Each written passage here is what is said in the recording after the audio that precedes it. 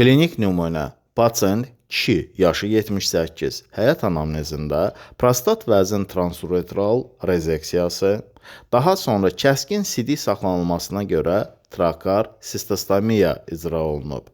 Hal-hazırki diaqnozu: prostat vəzin xoşxassəli hiperplaziyası, 2018-ci ildən sonra prostatın transuretral rezeksiyası, sidik kisəsi boynunun sklerozu, sistostoma, sidik kisəsində daşlar. İcra olunan əməliyyat, sidik kisəsi boynunun transuretral lazer insiziyası və sistolitotripsiya.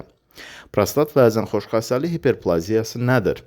Prostat kişilərdə sidik kisəsinin altında yerləşən və sidik kanalını əhatə edən bir vəzdir. Və bu vəzin xoşxassəli hiperplaziyası onun xərçəng olmayan böyüməsidir. Sadə dildə desək, prostat böyüyür və sidik kanalını sıxaraq sidiyin axmasına mane olur.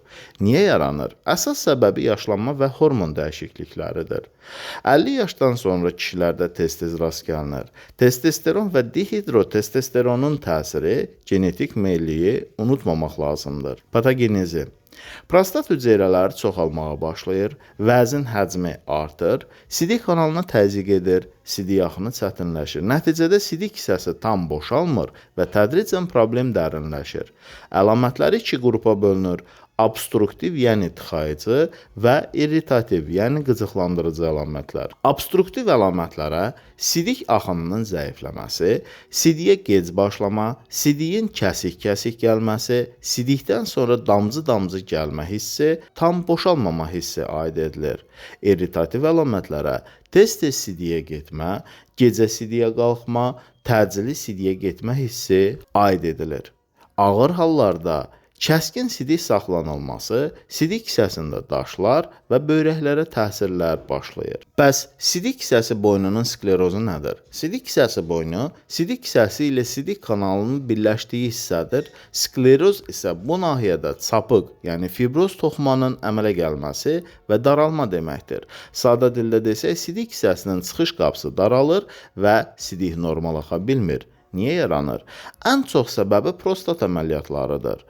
TURP, açıq prostatektomiya, digər səbəbləri isə xroniki iltihab, bu prostat vəzdə və sidik kisəsində ola bilər, travma, kateterizasiya, digər manipulyasiyalar, şua terapiyası, uzun müddətli kateterin qalması, nadir hallarda isə səbəbi bilinməyən bir səbəbə bağlı ola bilər. Patogenezi: əməliyyatdan və ya travmadan sonra yara sahəsi yaranır.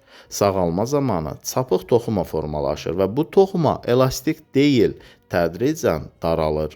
Nəticədə sidik axınına mexaniki maneə yaranır. Əlamətləri: xəstə adətən aşağıdakı şikayətlərlə gəlir: obstruktiv simptomlar, zəif sidik axını, sidiyə başlamaqda çətinlik, sidik kisəsinin tam boşalmaması, irritativ simptomlar, tez-tez sidiyə getmə, gecələr sidiyə qalxma, ağır hallarda isə kəskin sidik saxlanılması